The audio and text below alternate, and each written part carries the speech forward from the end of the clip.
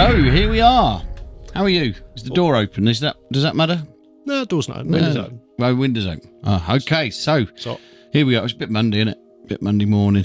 It's literally Monday. It is Monday. Yeah, Monday morning. Hello, welcome to those. Welcome to our Monday morning. Monday after Glastonbury. It is that Monday. Yeah.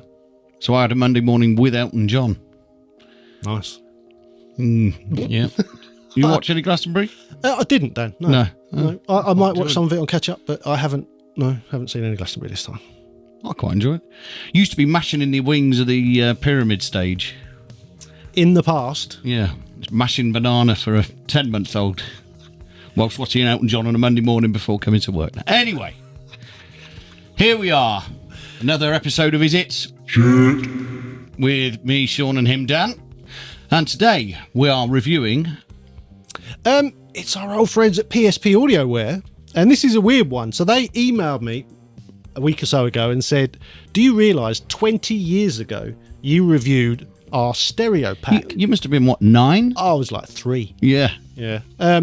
So yeah, I did. In 2003, I reviewed something called the stereo pack, which was a bunch of plug-in tools for dealing with stereo signals. Cool. I think I remember back in the hazy days of the early 2000s. Yeah. Yeah, and it was a cool little Keep thing. rolling.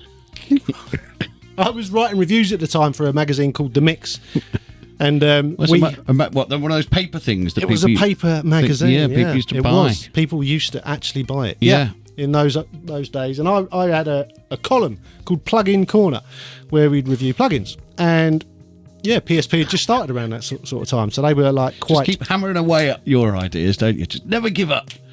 Never give up. 20 years later, still doing the exact same thing. There's been a gap, to be fair, of 20 years. Of 20 years, yeah. Anyway. Sorry, so the episode, you got the email. Yeah, and they said, we've just released a plugin called the PSP Stereo Controller. How do you fancy having a look? So that's what we're having a look at.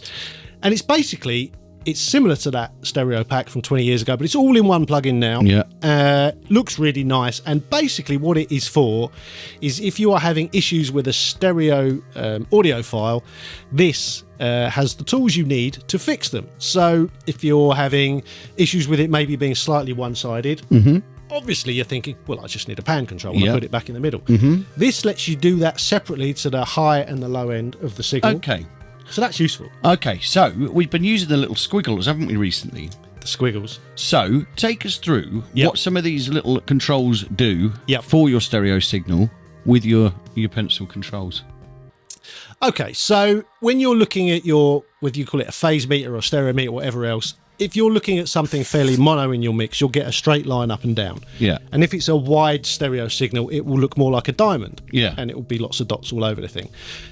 If you solo the bass or the bass drum in a mix, it should be straight up and down. It shouldn't be on the piss. We were talking about this, weren't we? Yeah. We've both had issues with tracks. It happens. I get sent stuff for mastering where, for whatever reason, the kick drum is slightly to one side or the bass is slightly to one side. And previously, that would have been quite tricky to fix. The only way to fix it would be to mono the low end, which, you do a lot of the time anyway with dance music quite often. But sometimes in indie music especially, you don't want the bottom end to be mono. It's quite nice to have a bit of width to it. And this allows you to... A wide bottom. A wide bottom. That can work. Very popular these days, apparently. You must be more popular than you were, Dad.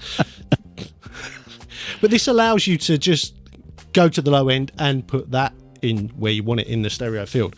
Same for the top end. It also gives you control over width, so you can adjust the width of the low end and of the top end separately.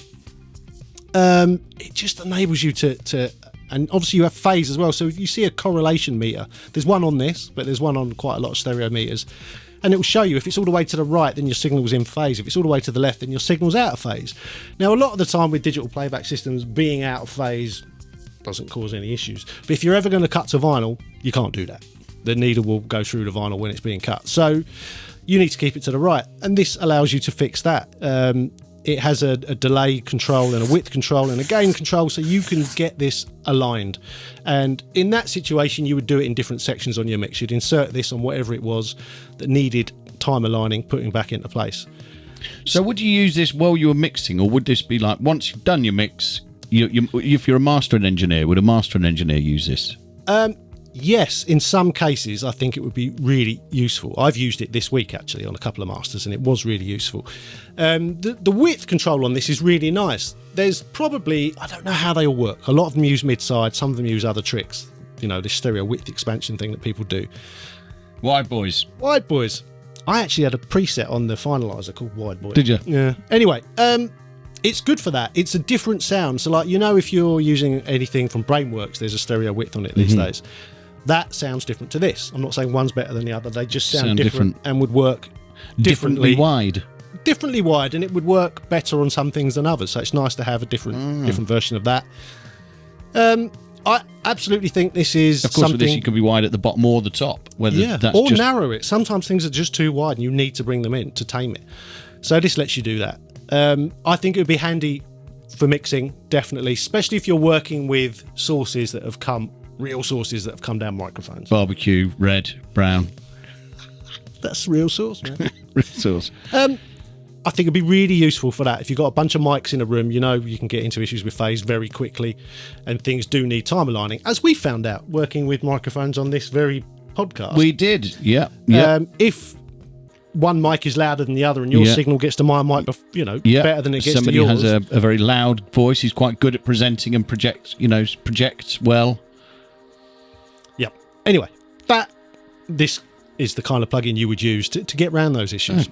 So, yeah, really useful in a mixed situation for fixing things that have gone awry. Yeah. Oh, very, very cool. Okay. Yeah. Demo? Yeah, like all PSP stuff, there's a demo. It's scalable as well, Dan. Yeah. We like scalable do, as we go blind in our old age. Yeah.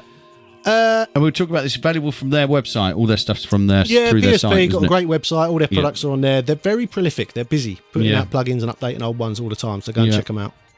We're fans, aren't we? We always have been. 20 always years. have been. Yeah, 20 years. They've been doing great stuff. Yeah. And it costs? It's $99, which, depending on how you look at it, if it saves your life, that's not a lot of money. No. If it's something you don't really need very often, then maybe only buy it when you need it. Yeah. You know, you can play with the demo and see if it's going to fix. I think it's one of those things that you'll probably buy and I'll use your version. Yeah, I think that's probably exactly what's going to happen. Wonderful. Yeah. My kind of plugin. Yeah. Awesome. Good. Okay, so brings us to the big question. I nearly forgot then. I was nearly forgot the question. I did, yeah. Well, it's been such a positive review. It's almost not worth asking. So the PSP stereo controller, is it shit? Yes. No, not at all. It's incredibly useful. You might argue that it's not going to be the most creative plugin you're ever going to buy, but we need these useful problem solvers. Very cool. And this is what this is. Go and have a look. Go and have a look.